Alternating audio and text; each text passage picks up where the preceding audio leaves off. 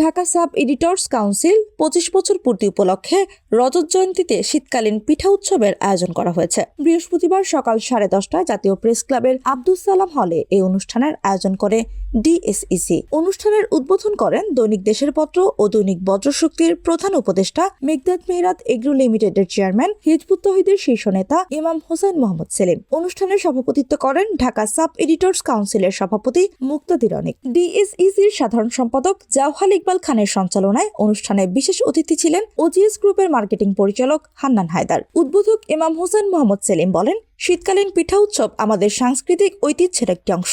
নানান কারণে নানানভাবে ঐতিহ্যগুলি হারিয়ে যেতে বসেছে। আজকের সাব এডিটর্স কাউন্সিল আয়োজিত এই শীতকালীন পিঠা উৎসব অনুষ্ঠান আমাদের হারিয়ে যাওয়া অতীত ঐতিহ্য ফিরিয়ে আনার ক্ষেত্রে বিশেষ ভূমিকা রাখবে বলে আমি মনে করি। তিনি আরো বলেন, সাংবাদিকদের কাছে জাতির অনেক আশা, আকাঙ্ক্ষা, প্রত্যাশা থাকে, কিন্তু সাংবাদিকদের সুবিধা অসুবিধা নিয়ে ভাবার লোক কম। সাংবাদিকতা হবে বস্তুনিষ্ঠ, মানবতার কল্যাণে, সকল অন্যায়ের বিরুদ্ধে। পক্ষান্তরে সাংবাদিকদের ব্যাপারেও আমাদের সকলের একটা দায় দায়িত্ব থাকা উচিত। নানান সংকটে, নানান সমস্যায় জর্জরিত সাংবাদিকরা, নানান দিক থেকে অধিকার থেকে বঞ্চিত তারা। সাংবাদিকদের অধিকার রক্ষায় এবং এমন উৎসাহ উদ্দীপনা সৃষ্টিকারী যে কোনো আয়োজনের ক্ষেত্রে আমার পক্ষ থেকে সব রকমের সহযোগিতা এবং অংশগ্রহণ থাকবে বলে আশ্বাস দেন হিজবুত তৌহিদের এই শীর্ষ নেতা।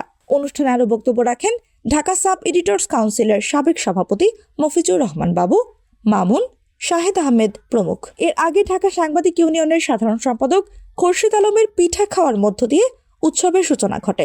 এ সময় একে অপরকে খাওয়ানোর মধ্য দিয়ে একটা আনন্দঘন পরিবেশের সৃষ্টি হয়। এ সময় সাংবাদিক নেতৃবৃন্দ পারস্পরিক কুশলাদি বিনিময় করেন।